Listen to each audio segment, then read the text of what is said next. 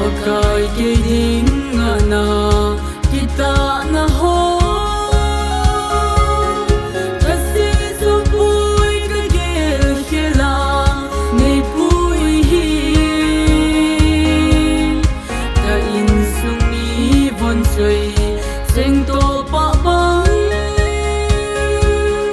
kapa khung na vang lim nu ya til pha ka chan ho na nga kun mo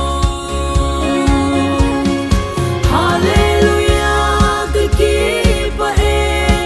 Ebenezer pathi mai lut ko tu na alo pi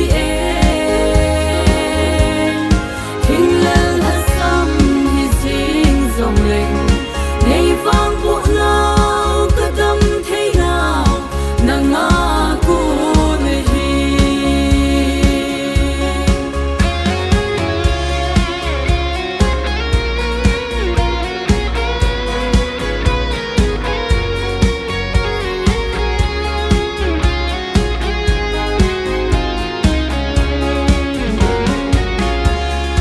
tu chen hei pui bang ka bel pakai thasam lovin nang in nei kai zing sing in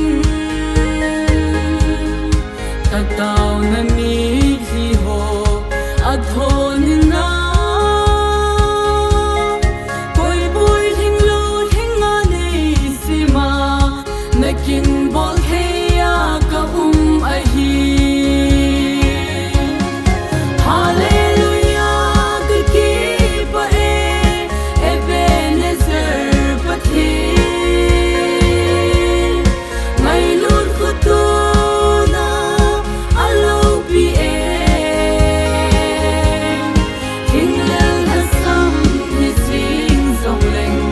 nei vang bu nau ka dam thei nau na nga ku ne hi